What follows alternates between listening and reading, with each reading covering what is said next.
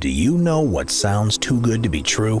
Passive income does, but not with today's sponsor, Honeygain. Honeygain allows you to make money by simply sharing your internet connection. The app runs in the background using a fraction of your internet bandwidth, so consider it like an Airbnb for your Wi-Fi. Install the app on any of your devices and utilize your unused data with full potential. The amount of money you can earn won't be huge, but you can increase your gains with Honeygain's new mode, Jump Task. Use it to explore the crypto world and receive 50% more earnings while cashing out whenever you want without any limits. Honeygain does not have access to your personal data or device's storage, and it's 100% safe to use. So don't wait any longer. Try Honeygain now by clicking the link in the description below or entering code HISTORY when signing up, and enjoy the first $5 added to your account. MAD, Mutually Assured Destruction. What does MAD mean? MAD refers to the full-scale use of nuclear weapons by two opposing sides, resulting in one clear, obvious outcome: mutually assured destruction. The policy of MAD rests on the idea that if two countries or continents are equally as capable of destroying one another through nuclear attack, then there is no incentive for either side to pull the trigger or remove it. MAD can be thought of as a giant game of nuclear war chicken. It's the delicate balance struck between these countries capable of such nuclear warfare that means neither side will use the technology. Instead, nuclear-capable countries will keep each other in check with the knowledge of the MAD doctrine, and that any sort of first move would result in global nuclear devastation. Another way to explain how the policy of MAD assures a tentative global nuclear peace is using Nash's equilibrium. Nash equilibrium proposes that in a game where each player knows the other's strategy, there is no benefit to changing your own. And that's where we find ourselves today, in a world where 8 or possibly 9 countries are capable of destroying the planet through nuclear war. We just have to hope no one is mad enough to launch the first strike. There are 8 countries known to be capable of nuclear warfare, having previously successfully detonated nuclear weapons. They are the United States, the United Kingdom, Russia, France, China, India, Pakistan, and North Korea. There is only one other country that has never publicly announced their nuclear capabilities, although it's widely accepted that they have some nuclear technology, and that country is Israel. Of these countries, the first 5, UK, US, Russia, France, and China, are members of the Treaty of the Non-Proliferation of Nuclear Weapons, meaning they're committed to stopping more countries from gaining nuclear power and using their own to create nuclear energy. Very convenient when you already have nuclear weapons yourself. But not all these countries are fully capable of enacting the MAD doctrine. Only countries who have 3 legs of nuclear power are considered truly capable of MAD, as their own nuclear weapons cannot be wiped out in a single strike. This is known as the nuclear triad, and in essence it means a country capable of launching nuclear weapons from 3 separate places: the land, sea, and sky. Of the aforementioned 8 countries, only 5 currently have this power: the United States, Russia, China, India, and France. The concept of MAD existed long before the term itself was actually coined by military strategist Donald Brennan in 1962. One of the first references comes from nearly 100 years earlier in 1870. Wilkie Collins, an English author, wrote of the Franco-Prussian War, "I begin to believe in only one civilizing influence, the discovery one of these days of a destructive agent so terrible that war shall mean annihilation, and men's fears will force them to keep the peace." The first ever example of a country owning nuclear weapons was in 1945, when the United States dropped nuclear bombs on Nagasaki and Hiroshima, helping to end World War II while simultaneously beginning the Cold War. 4 years later, the Soviet Union publicly announced its own nuclear capabilities to the world by conducting a nuclear weapons test, detonating a bomb called the RDS-1. Upon the launch of the Soviet nuclear test, President Dwight Eisenhower of the United States announced a new strategic concept, the New Look policy.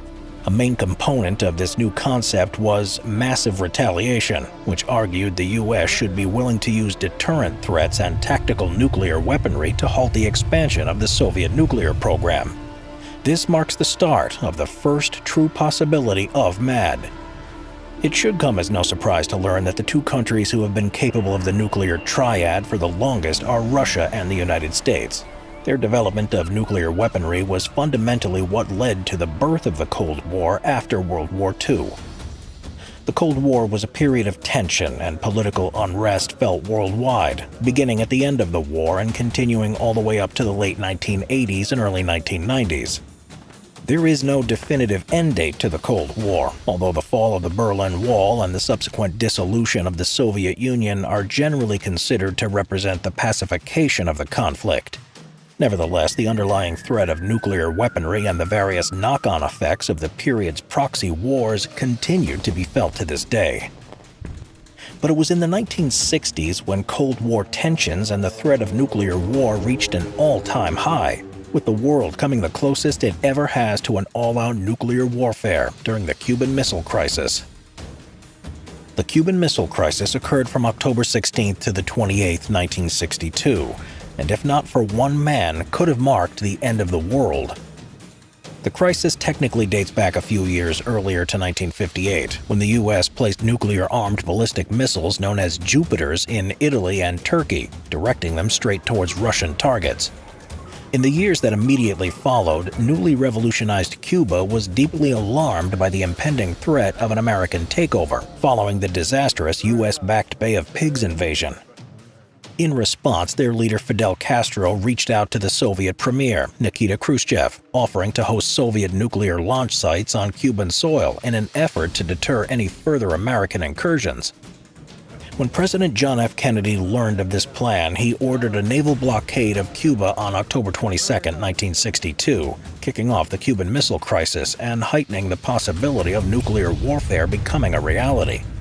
What followed was 6 days of tense meetings between the U.S. and the Soviets as they negotiated the disarmament of both the U.S.'s Jupiter missiles and the removal of any nuclear weapons already in Cuba. But it was during these negotiations that the scale came extremely close to tipping over, sending the world into total nuclear war and mutually assured destruction. In the midst of these negotiations, when each side was already assessing each other with extreme care, the U.S. did something incredibly risky and a bit stupid. A fleet of U.S. ships near Cuba identified a Soviet submarine lurking below the surface of the water.